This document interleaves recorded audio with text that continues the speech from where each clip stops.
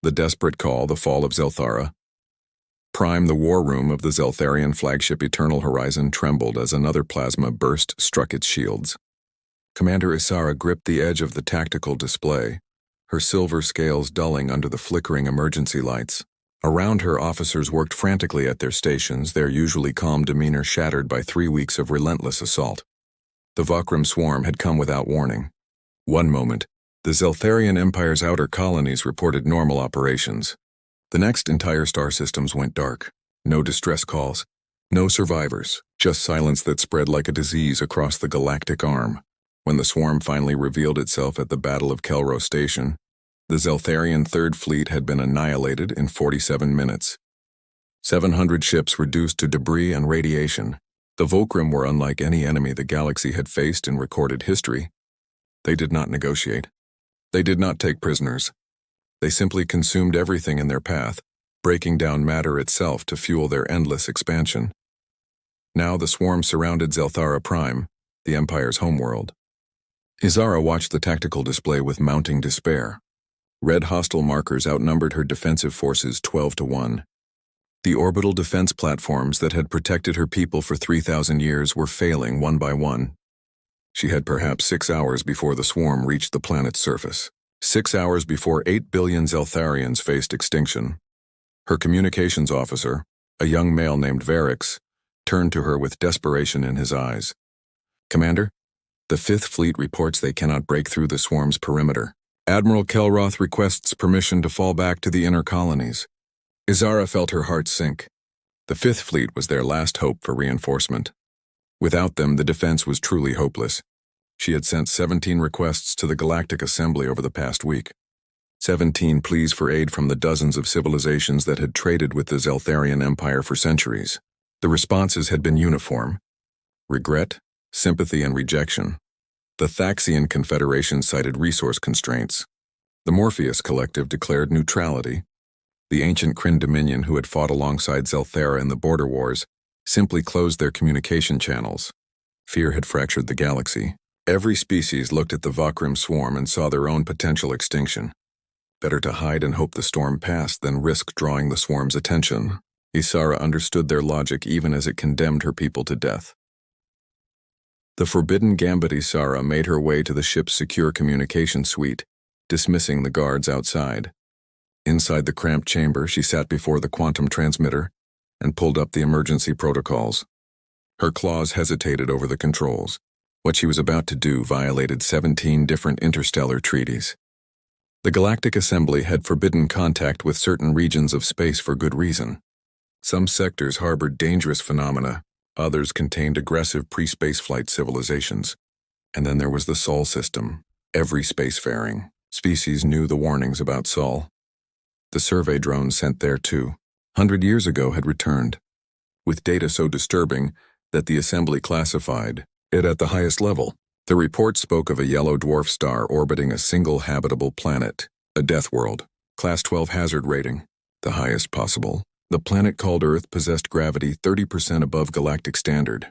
Its atmosphere contained reactive oxygen at toxic concentrations. Temperature extremes ranged from boiling to freezing. The weather systems produced storms with wind speeds that could tear apart standard structures. Earthquakes and volcanic eruptions regularly reshaped the surface. And somehow, impossibly, life thrived there. The dominant species called themselves humans. The survey drones had observed them from orbit, too cautious to make direct contact. What they saw defied all conventional xenobiology. Humans were persistence hunters, capable of tracking prey for days without rest. Their bodies regulated temperature through a bizarre process of excreting salt water. They healed from injuries that would kill most species. Their pain tolerance was abnormally high. Most disturbing, they had evolved not as a dominant predator, but as prey that learned to fight back. Every other species on Earth seemed designed to kill them, yet humans had conquered their entire planet. The Assembly's decision had been unanimous. Mark the Sol system as forbidden. Humanity was too dangerous, too unpredictable. Let them develop in isolation. Perhaps in another 1,000 years they would be ready for contact. Perhaps never. Isara initialized the transmitter. She had nothing left to lose. Her people were dying. If the galaxy would not help, then perhaps something beyond the galaxy's boundaries would. She configured the signal for maximum range and removed all encryption protocols. This would be a pure distress beacon, broadcasting on every frequency simultaneously. She recorded her message in Galactic Standard, hoping that whoever or whatever might be listening could understand. This is Commander Isara of the Zeltharian Empire. To any vessel or station receiving this transmission, we are under attack by the Vokrim swarm. Our defenses have failed. Our allies have abandoned us. 8 billion lives hang in the balance. We have 6 hours before our homeworld falls. If anyone can hear this, if anyone is willing to help, we are at coordinates 779 Mark 421 in the Kelros sector. Please, we are out of options. She transmitted the message and sat back in her chair, exhaustion washing over her. It was done. In all likelihood, nothing would come of it. The forbidden sectors were forbidden because they were empty or dangerous, not because they contained hidden saviors. But she had tried. When the history of this day was written in whatever form the Vokrim left behind, let it be known that Commander Isara had exhausted every possibility. The response, Isara returned to the war room to find chaos. Officers shouted over each other while alarms blared from multiple stations. Varix practically ran to her, his scales flushed with excitement or terror. Commander, we received a response to your transmission. Isara felt her blood chill. Already? I sent that message only minutes ago. The nearest inhabited system is 3 light-years away. Nothing should have responded this quickly. Varix pulled up the communication log. The message came from the Sol system, Commander. From Earth. The war room fell silent. Every officer turned to stare at Isara. She felt the weight of their gazes and the magnitude of what she had done. She had contacted the Deathworld. She had invited the unknown into their desperate situation. What did they say? Isara asked quietly. Varix played the message. The voice that came through spoke Galactic Standard with a strange accent, pronouncing certain sounds in ways Isara had never heard. The voice was measured and calm, betraying no emotion. Message received, Commander Isara. This is Captain Marcus Rivera of the Terran Expeditionary Corps. We have analyzed your situation. Help is already in transit. Estimated arrival at your position in 4 hours and 17 minutes. Hold your defensive line. We are coming. 4 hours? Isara repeated. That is impossible. Even with the fastest warp drives in the galaxy, the journey from Sol to Zelthara Prime would take 3 weeks minimum. Varix nodded nervously. I know, Commander. I ran the calculations 5 times. There is no known technology that could cover that distance in 4 hours, unless another officer interjected. They were already on their way before we sent the message. But how could they have known? Isara studied the tactical display. The Vokrim swarm continued its methodical assault on the defense perimeter. 2 more platforms had fallen while she was in the communication suite. At the current rate of attrition, they had perhaps 5 hours left. If the humans truly were coming, they would arrive just in time to watch Zelthara Prime burn. Assuming they arrived at all. Yet something in Captain Rivera's voice had carried absolute certainty. Not bravado or false hope, but simple statement of fact. They were coming. Isara made a decision. She opened a fleet-wide channel. All ships, this is Commander Isara. We have received confirmation that Allied forces are en route to our position. Arrival estimated in 4 hours. Our orders are to hold the defensive line until they arrive. I know you are exhausted. I know many of you have lost friends and family in this battle. But we must endure a little longer. 4 more hours. Can you give me 4 more hours? The responses came back one by one. Affirmative. We stand with you. For Zelthara, Isara felt pride swell in her chest. Her people would not go quietly into extinction. They would fight until the very end. She just hoped the humans would actually appear. Otherwise, she had given her fleet false hope in their final hours. The arrival. 3 hours and 59 minutes later, reality tore open at the edge of the Zelthara system. Isara had been watching the chronometer count down, half convinced that nothing would happen. But at the exact moment Captain Rivera had specified, the sensors went mad. Varix shouted over the chaos. Commander, multiple spatial anomalies detected at the system's edge. Massive gravitational distortions. I am reading. His voice trailed off in disbelief. I am reading 73 distinct signatures. The main display shifted to show the system's outer boundary. Space itself seemed to fold and twist, creating wounds in the fabric of reality. Through these tiers emerged ships. They were unlike anything in the galactic database. The vessels were angular and aggressive in design, covered in armor plating that seemed to absorb light rather than reflect it. No decorative elements, no artistic flourishes, just brutal efficiency. Each ship bristled with weapon systems that Isara could not identify. The fleet moved with perfect coordination, accelerating towards Zelthara Prime at speeds that made her instruments flash warnings. A communication came through. "Commander Isara, this is Captain Rivera. Terran Expeditionary Corps has arrived on station. We are assuming combat formation. Transmit all tactical data on the hostile forces. We will handle the situation from here." Isara quickly compiled everything they knew about the Vokrim swarm and sent it to the human fleet. She watched in amazement as the human ships split into 3 groups, each taking a different vector toward the planet. Their acceleration was impossible. Standard safety protocols limited ships to 3 gravities to prevent crew injury. The human vessels were pulling 8, 9, even 10 gravities. How are their crews surviving those forces? Varix wondered aloud. Maybe they are not, another officer suggested darkly. Maybe those ships are automated. But Isara did not think so. Something about the way the human fleet moved suggested intelligence and adaptability, not pre-programmed responses. These ships had living crews. Somehow, impossibly, humans could withstand accelerations that would liquefy most species. The Vokrim swarm noticed the new arrivals and redirected a portion of their forces. 300 swarm vessels broke off from the assault on Zelthara Prime and moved to intercept the human fleet. Isara wanted to warn Captain Rivera about the danger, but before she could speak, the humans opened fire. The weapons were not energy-based like most galactic technology. They were kinetic, solid projectiles launched at relativistic speeds by some form of magnetic acceleration. The rounds punched through swarm vessels like they were made of paper. Shields that had withstood hours of Zeltharian bombardment failed instantly against the human weapons.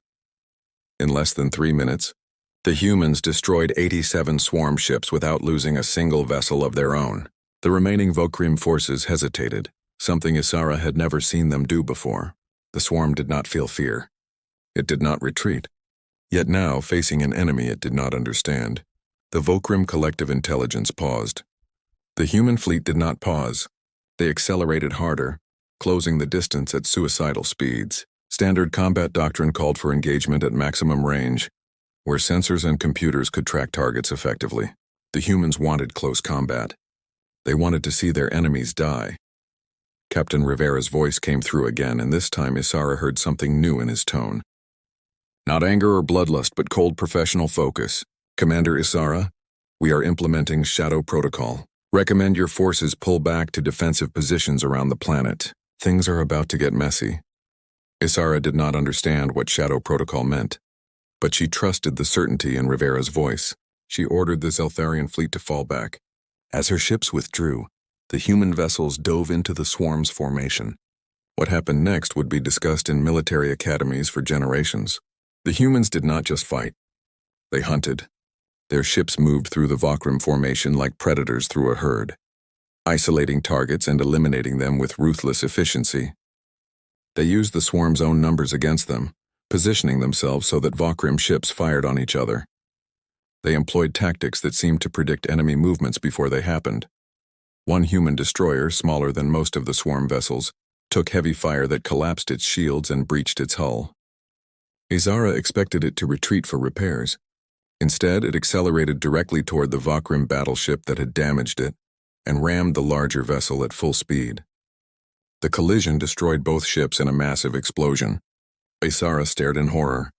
They sacrificed themselves. They actually sacrificed themselves rather than retreat. But the human fleet did not slow down or mourn their lost comrades. They simply continued the assault with even greater intensity. Over the next hour, the battle turned into a massacre. The Vokrim swarm, which had seemed unstoppable, was systematically destroyed. The humans employed weapons and tactics that defied conventional understanding. Some ships released clouds of what appeared to be simple ball bearings, but at relativistic speeds, these became devastating weapons. Others used focused electromagnetic pulses that disrupted the swarm's coordination. And throughout it all, those kinetic weapons kept firing, each shot precisely calculated to cause maximum damage. When the battle finally ended, over 900 Vokrim vessels lay destroyed or disabled. The human fleet had lost 7 ships. 7. Against an enemy that had been annihilating galactic forces for weeks. Isara stood in her war room, surrounded by officers who looked as shocked as she felt. They had witnessed something that should not have been possible. Humans from a forbidden Deathworld had single-handedly broken the Vakrim swarm's assault on Zelthara Prime. Captain Rivera's face appeared on the main display for the first time. He was a human male with dark skin and iron-gray hair. His features were weathered and scarred, telling stories of countless battles. But his eyes were what captured Isara's attention. Forward-facing predator eyes that assessed everything with tactical precision. Commander Isara, Rivera said with a slight smile, "Your space is secure. We should talk about what comes next." Isara found her voice, though it shook slightly. "Captain Rivera, you saved my people from extinction. We owe you a debt that can never be repaid." Rivera's smile faded. "You owe us nothing, Commander. We came because you asked for help. But now that we are here, we need to discuss the Vakrim swarm. They are still out there, and they will return, unless we do something about it." "What do you mean?" Isara asked. Rivera's expression became grim. "The swarm does not stop. It does not negotiate. It will keep expanding until something stops it permanently. We have studied their patterns during our approach. We know where their central hive nexus is located, and we are going to destroy it. But we cannot do it alone. We need intelligence about swarm behavior, and we need allies who know this region of space. We need you, Commander. Will you join us?" Isara looked around her war room at the faces of her officers. They had been ready to die defending their world.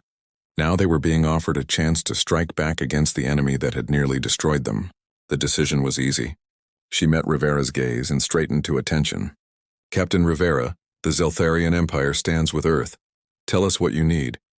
Rivera's smile returned. "Excellent. Then let me explain what humans call Shadow Protocol. It is going to be a long night, Commander. But when we are done, the Vakrim swarm will regret the day they entered this galaxy. The Shadow Protocol, the Council of War.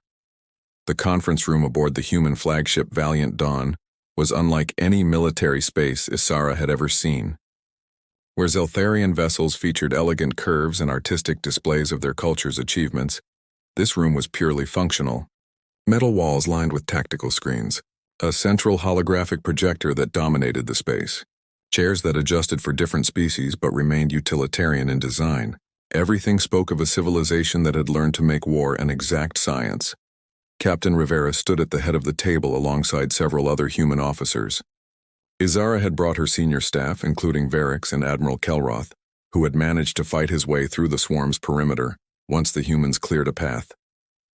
The elderly Admiral's scales were scored with battle damage, but his eyes remained sharp.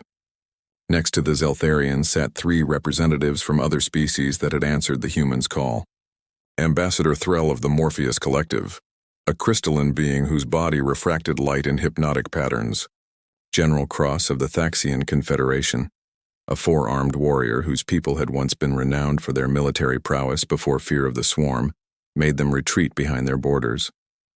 An envoy Lysa of the Kryn Dominion, an ancient species whose kind had explored the galaxy for 10,000 years. They had all ignored Isara's desperate pleas for help. Now they sat in a human warship, summoned by Captain Rivera's terse message that simply stated they would discuss the Vakrim situation, whether they attended or not. The implication was clear. Earth was taking action, and the galaxy could either join them or get out of the way. Rivera activated the holographic projector. A 3-dimensional map of the galactic arm appeared, with red zones marking Vakrim-controlled territory.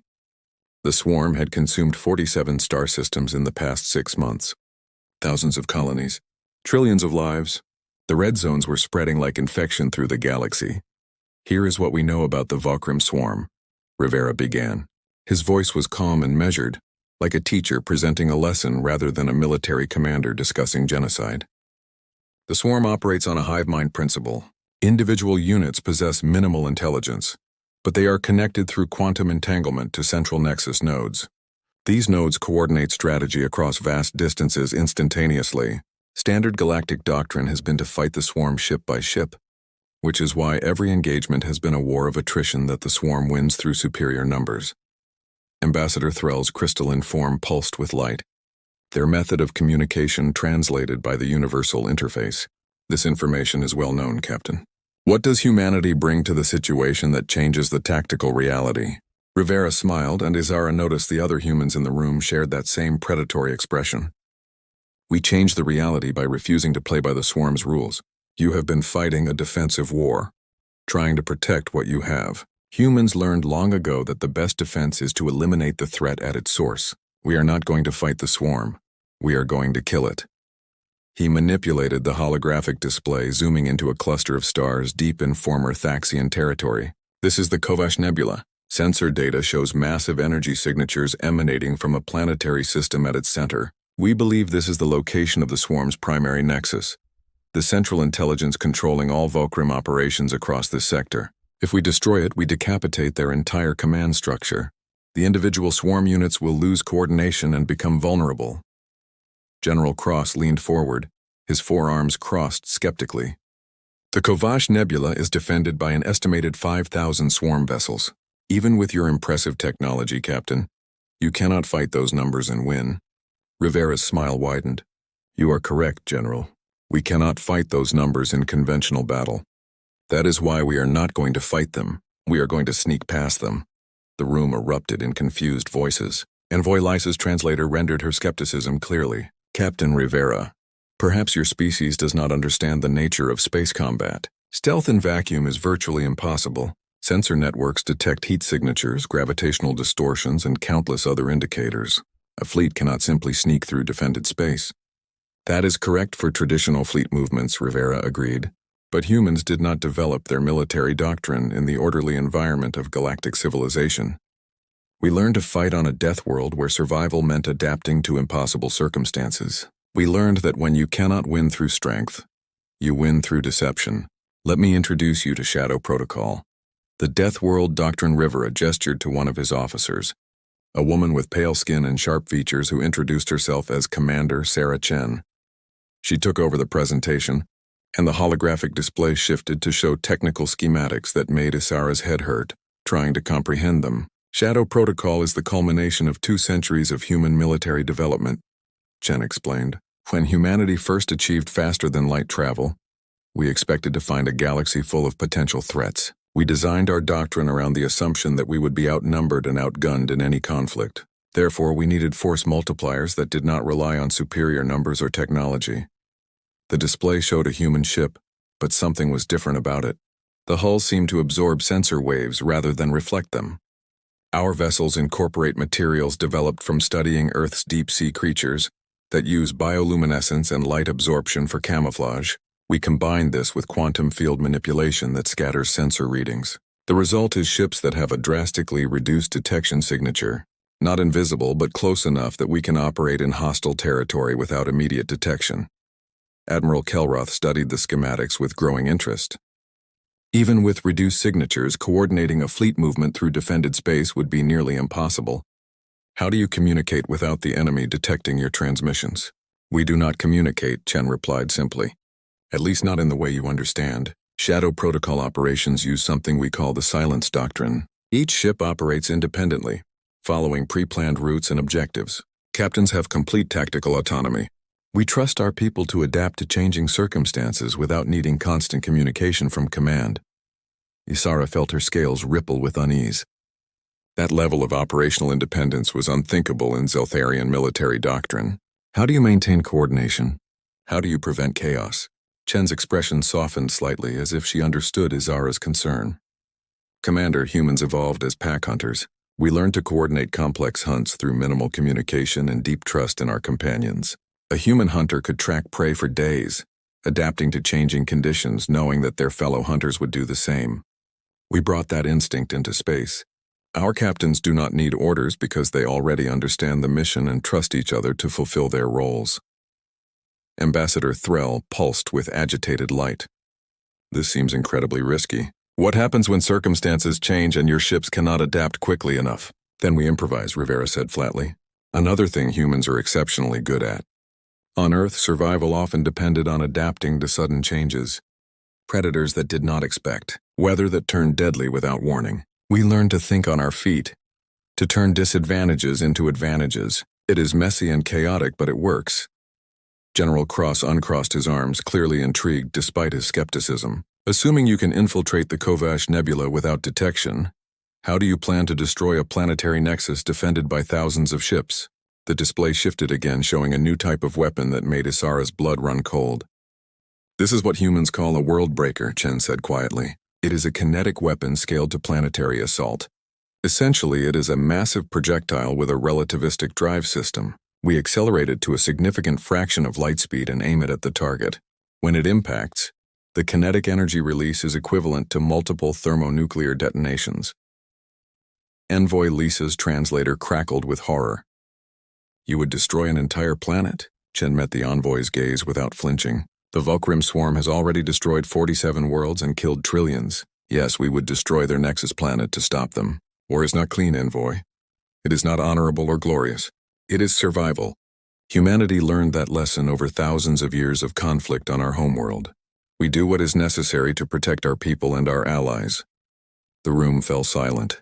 Isara understood now why the Galactic Assembly had forbidden contact with Earth. These were not beings who fought wars according to established protocols and treaties. They were survivors from a world that had taught them to do whatever it took to win. They were terrifying and magnificent in equal measure. Rivera let the silence stretch before speaking again.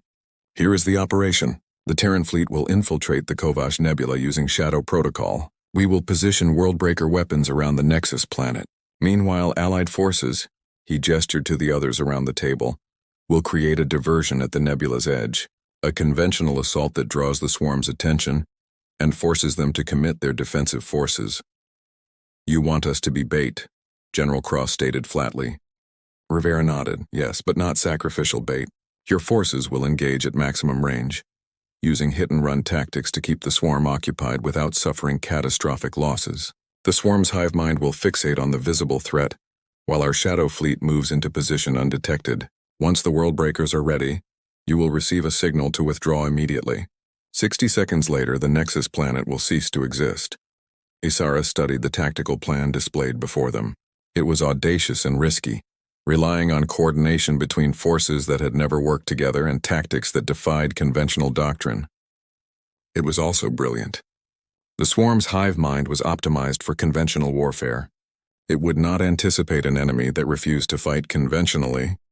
But one question troubled her. Captain Rivera, how do you know the swarm will not detect your ships? Your stealth technology is impressive, but the Volkrim have sensors we still do not fully understand. Rivera's expression became grim.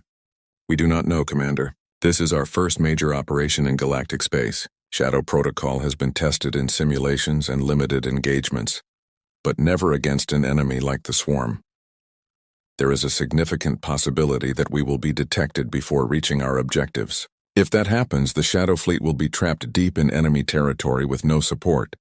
But the potential reward justifies the risk. If we succeed, we end the swarm's expansion and save countless lives. If we fail, humanity loses most of its expeditionary fleet.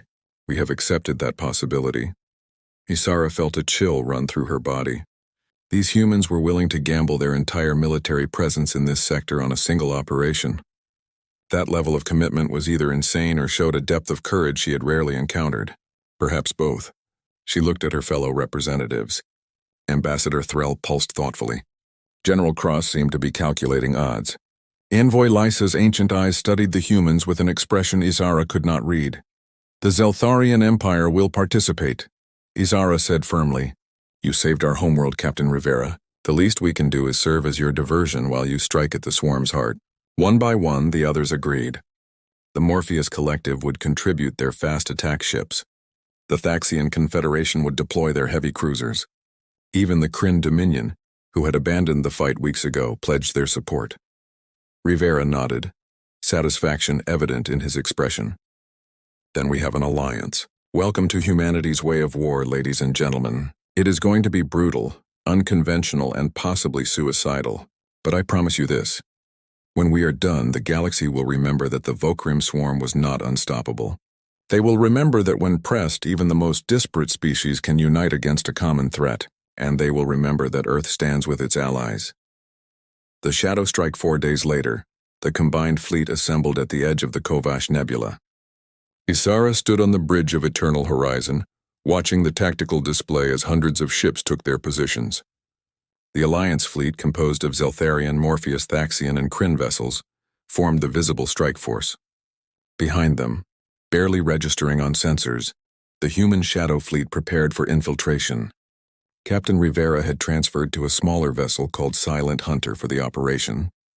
Before departing, he had shared a final message with the Alliance commanders. Today we face an enemy that has brought terror to the galaxy. Rivera's voice had carried that same calm certainty Isara had come to associate with humans. But terror is a tool, and tools can be broken. The Vakrim swarm thinks it is the ultimate predator. It is about to learn that Earth produced predators who refuse to become prey. Trust your crews, trust your ships, and trust that when you hear our signal, you withdraw immediately. What follows will not be suitable for close observation. Now Isara watched as the human ships began their infiltration. One by one they slipped into the nebula's churning gases, their signatures fading from sensors until only the faintest whispers remained. The Shadow Fleet was hunting, and their prey had no idea death was approaching. Admiral Kelroth stood beside Isara, his weathered face thoughtful. "I have fought in 73 battles, Commander. I have seen courage and cowardice, brilliance and foolishness, but I have never seen anything like these humans. They fight like they have nothing to lose and everything to prove." Isara nodded slowly. "Captain Rivera told me something before he left. He said that on Earth humans were not the strongest or fastest or most dangerous species. They were simply the most stubborn. They refused to accept extinction, so they learned to outsmart, outfight, and outlast everything that tried to kill them. That stubbornness brought them to the stars. I think we are fortunate they decided to be our allies rather than our enemies." The tactical officer interrupted their conversation. "Commander, the swarm has detected our fleet. They are mobilizing defensive forces." Here we go, Isara thought. She opened a fleet-wide channel. "All ships, this is Commander Isara.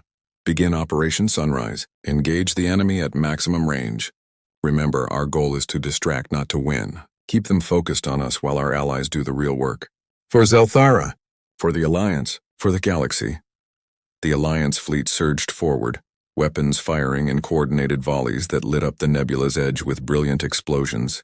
The Vakrim swarm responded immediately. Thousands of vessels pouring out of the nebula to meet the threat. Isara watched the tactical display with forced calm as red hostile markers multiplied across her screen. So many. Even with the humans' help, this was going to be a brutal fight. The battle evolved exactly as Rivera had predicted. The swarm's hive mind fixated on the visible threat, committing more and more forces to crushing the Alliance fleet. Isara's ships danced at maximum engagement range, firing and retreating in coordinated patterns. The Morpheus ships used their crystalline hulls to scatter incoming fire, making them difficult targets. The Thaxian heavy cruisers absorbed punishment while dealing devastating counterattacks. The Kryn vessels, piloted by some of the galaxy's most experienced crews, weaved through the battle with elegant precision, but they were still outnumbered 4-1, and the swarm did not tire or hesitate. Isara watched as ship after ship sustained damage. Some fell back for repairs. Others were destroyed outright, their crews dying to buy time for the humans to complete their infiltration. She felt each loss like a physical wound, but kept her expression neutral. Her people needed to see strength, not despair. The signal 2 hours into the battle, Isara received a priority communication on an encrypted human channel. She opened it immediately, hoping desperately for good news. "Commander Isara, this is Captain Rivera. Shadow Fleet is in position. World breakers are armed and targeted. You have 90 seconds to withdraw your forces to minimum safe distance. Begin retreat now." Repeat, begin retreat now. The next transmission you receive will be the confirmation signal. When you hear it, do not look at the Nexus planet directly. The light burst will damage unshielded optics. Isara did not hesitate. "All ships, emergency withdrawal. Full reverse thrust. Break contact with the enemy and achieve minimum safe distance. This is not a request. Move now." The Alliance fleet turned as one, engines flaring as they raced away from the swarm. The Vakrim forces pursued, sensing victory, not understanding they were chasing prey that had already escaped the trap. Isara counted down the seconds in her head. 90, 80, 70. The swarm closed the distance, weapons firing. Several Alliance ships took damage but kept moving. 60, 50, 40. On the tactical display, Izara could just barely detect the human shadow fleet. They had positioned themselves in a sphere around the Nexus planet, 37 ships against a world. It seemed impossible that such a small force could threaten an entire planet, but she had learned not to underestimate human capability. 30, 20, 10. The communication channel crackled to life. Rivera's voice came through one final time, and Izara heard something new in his tone. Not satisfaction or triumph, but grim acknowledgement of what was about to happen. World breakers away. Confirmation signal in 3, 2, 1. The signal was a simple tone, but its meaning was absolute. Izara immediately ordered all ships to orient away from the Nexus planet and activate emergency shielding. Even through closed eyes and shuttered viewports, she felt the moment the world breaker struck. The tactical display went white. Every sensor overloaded simultaneously. The Eternal Horizon's hull groaned as the shockwave passed through space, carrying the energy of a planet's death. When Izara finally opened her eyes and checked the sensors, the Kovash Nebula had changed. Where the Nexus planet had been, there was now an expanding cloud of superheated plasma and debris. The energy release had been so massive that it had cleared a portion of the nebula's gases, creating a temporary window into the devastation, and the Vakrim swarm had stopped. Every ship simply froze in space. The hive mind's coordinating intelligence was gone, and the individual units did not know what to do. They hung in the void like puppets whose strings had been cut. The human shadow fleet emerged from the nebula, their dark hulls now visible as they formed up. Captain Rivera's face appeared on Izara's main screen. He looked tired, but his eyes held satisfaction. Commander Izara, the Nexus is destroyed. The swarm's central intelligence is offline. Our analysis suggests the individual units will remain non-functional for approximately 6 hours before their decentralized processing establishes new coordination protocols. I recommend using this time to eliminate as many swarm ships as possible. They will never be this vulnerable again. Izara felt something release in her chest. They had done it. Against impossible odds, the Alliance had struck at the heart of the swarm and won. She looked at Admiral Kelroth, who was openly weeping, his scales shimmering with moisture. She looked at her crew, who stared at their screens in disbelief. Then she opened the fleet-wide channel. All Alliance forces, weapons free. Eliminate the swarm. The price of victory. The cleanup operation took 3 days. Without their central intelligence, the Vakrim units were easy targets. The Alliance fleet systematically destroyed every swarm vessel in the nebula, and then pushed outward to liberate occupied systems. Everywhere they went, they found the same thing. Swarm ships floating helplessly, waiting to be destroyed. In some systems, they found survivors. Refugees who had hidden when the swarm arrived, now emerged to find their tormentors disabled. The humans, with their characteristic efficiency, coordinated massive rescue and relief operations. Ships that had been designed for war now carried food, medicine, and hope to devastated colonies. Izara visited several of these relief sites and watched humans work alongside Zeltharians, Morpheus, Thaxians, and Kryn to rebuild what the swarm had destroyed. She saw a human medic treating a wounded child with the same care and gentleness that they might show their own offspring. She saw human engineers teaching locals how to repair damaged infrastructure. She saw Captain Rivera, the man who had orchestrated the destruction of an entire planet, now organizing food distribution with meticulous attention to detail. The contradictions of humanity fascinated her. They could be brutal warriors who accepted terrible sacrifices to achieve victory, but they could also be compassionate helpers who worked tirelessly to ease suffering. Perhaps, Izara thought, that was the lesson of the Deathworld. To survive on Earth, humans had learned to be both predator and protector, destroyer and builder. They understood that survival sometimes required terrible choices, but they never lost sight of why they fought in the first place. 1 week after the Nexus's destruction, representatives from across the galaxy gathered aboard the Valiant Dawn for a formal ceremony. The Galactic Assembly, shamed by their earlier inaction, had sent delegates to offer official recognition of Earth's contribution. Ambassador Threll and General Cross had already begun advocating for humanity's inclusion in galactic governance. Even Envoy Lysa, representing the ancient Kryn Dominion, had publicly stated that humanity brought valuable perspectives to the galactic community. Isara stood with Captain Rivera on the observation deck, watching the assembled ships through the massive viewport. The human turned to her with a slight smile. "Quite a view, Commander. A month ago, most of these species thought we were myths or monsters. Now they want to be our friends." Isara tilted her head in her species equivalent of a nod. "You saved them, Captain. You saved all of us. They are grateful." Rivera's smile faded. "We did what was necessary, Commander, but let us not pretend it was clean or honorable. We destroyed a planet. Billions of Vokrum organisms died in seconds. Yes, they were part of a hive mind bent on galactic conquest. Yes, they would have killed trillions more if left unchecked. But they still died. That weight does not disappear because we won." Isara studied the human's weathered face. She saw the burden he carried, the cost of command and hard choices.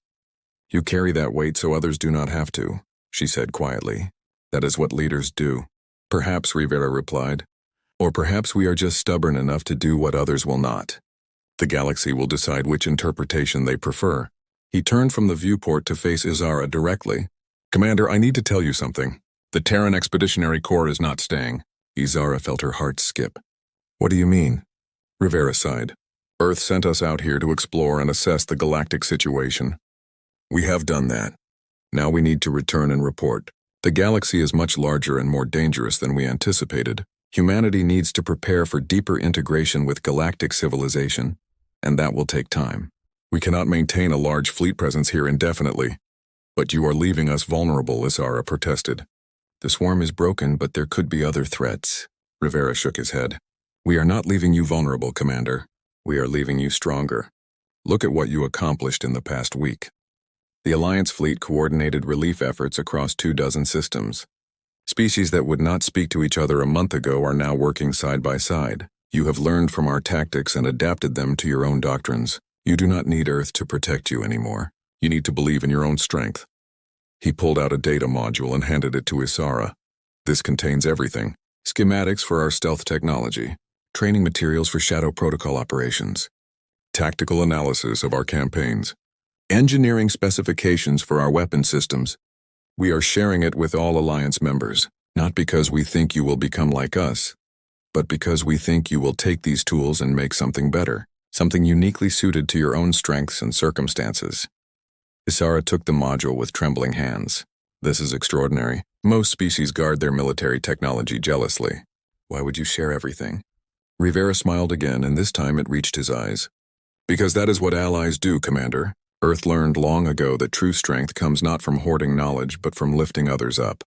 We share because we believe that a galaxy where everyone is strong is safer than a galaxy where only one species dominates. We share because we want partners, not dependents." He extended his hand in the human gesture of friendship. "We will return, Commander. Once Earth has adapted to the reality of galactic civilization, we will come back. But until then, you have everything you need to protect yourselves.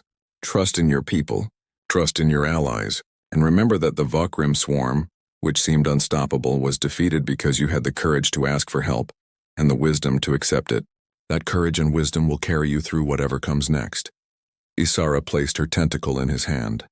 "When you return, Captain Rivera, you will find a galaxy that remembers. We will tell the story of how humanity emerged from the shadows to stand with us. We will teach our children about the Deathworld that produced beings who refused to let fear dictate their choices. And we will be waiting to welcome Earth as not just an ally, but as a full member of the galactic community." Epilogue. The Shadow endures 6 months after the destruction of the Vokrum Nexus. Commander Isara stood in the newly rebuilt command center on Zelthara Prime. The scars of battle had been erased through monumental reconstruction efforts. The planet thrived once again, its people having learned that survival often required accepting help from unexpected sources. She reviewed the daily intelligence reports, noting with satisfaction that swarm activity had decreased 97% across the sector. The few remaining Vokrum vessels operated without coordination, making them manageable threats rather than existential dangers. The alliance formed during the crisis had formalized into a defensive pact. Zeltharian, Morpheus, Thaxian, and Kryn forces trained together, sharing knowledge and building trust. They had even begun implementing modified versions of Shadow Protocol, adapted for their own capabilities and comfort levels. They would never fight exactly like humans, but they had learned the core lesson. Victory sometimes required unconventional thinking and the courage to try new approaches. A priority communication interrupted her review. Izara opened the channel to find Captain Rivera's face on her screen. He looked exactly as she remembered, though perhaps a bit more rested. "Commander Izara," Rivera said with a warm smile, "I hope this message finds you well. Earth's assessment is complete, and we are returning to galactic space. The Terran Expeditionary Corps will be redeploying to the frontier within 3 months. I wanted you to hear it from me first." Izara felt joy surge through her. "That is wonderful news, Captain. The Alliance will be pleased to have Earth support again." Rivera nodded. "We are looking forward to working with you again, Commander, but I have to admit, the reports I've been reading suggest you do not need our support as much as you think. The Alliance has accomplished remarkable things in our absence. You have liberated 17 systems and established functional governance in previously contested territories. You have done well." "We had excellent teachers," Izara replied. Rivera's expression became serious. "Commander, I need to tell you something. When the Terran Expeditionary Corps returns, we will not be alone. Earth has decided to fully commit to galactic integration.